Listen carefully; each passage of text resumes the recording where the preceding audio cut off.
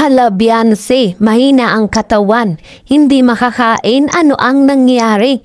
Kalingap Edo, Kalingap Rab at magulang nito. Natatakot na. Yan po mga kalingap ang ating pong pag-uusapan at sabay-sabay po natin itong alamin at imaraton. Pero bago po yan mga kalingap, bago po natin tuluyang pag-usapan ang ating pong topic, isa muna pong mapagpalang araw sa inyo pong lahat.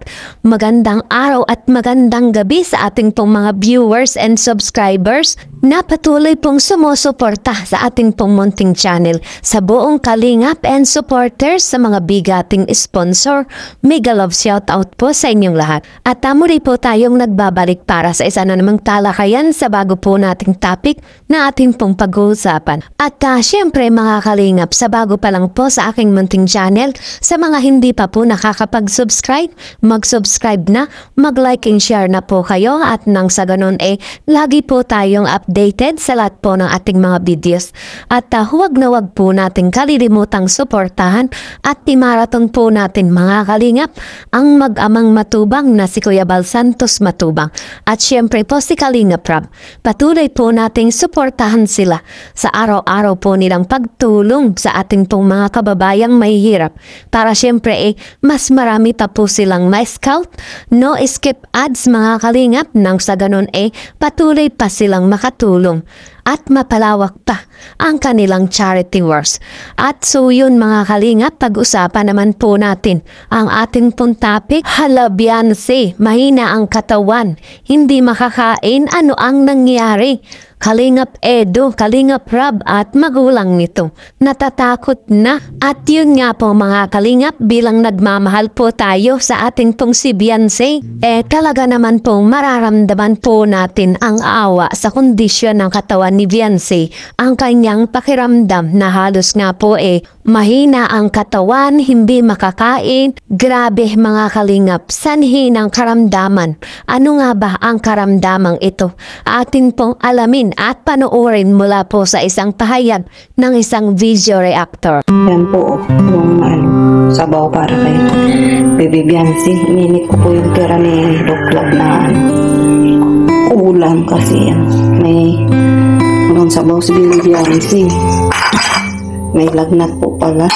Yan maghatid po tayo ng sabaw ni Baby Beyonce. Maghatid ako ng sabaw ni Baby Beyonce. Nandyan lang din. Medyo maasim kasi yan.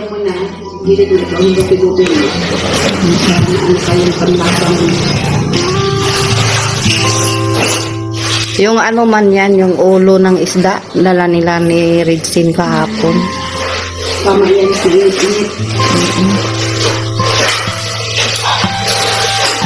maasim-asim yan sinigang. Ang hirap pag may may naramdaman ka talaga. Magdamag ko yan. Kaya mahirap. Basta yung pawis niya sa kagabi. Buti na hilot mo, Mads. Mahirap pa. Sambong na may gas. Pakahilot mo lang yung pawis niya. Lalo na kung sinuob mo yan. Lalabas talaga yung pawis niyan. Ganun ka na nito. Kaya inaano ko sa tamang oras para mabilis ka lang maganig ang kahapon. Ipasok ka rin bukas, Bian? Mahirap pang may naramdaman. Uwian na ba siya? Hindi ko bukas. Sabado. Uwian na ba siya? Sabi ko nga mag-uwi na muna dito kasi baka na iwasan mo muna yung soft drinks. Soft drinks at chicheria. Tapos ang mga ulam lagi sa labas lang din so nabili lang sa yan ang ulam. Ready made ay laging may iba man yung dito, may sabaw-sabaw ka na Ang hirap. Kaso lang din, mahirap din mag-uwian ngayong tag-ulan.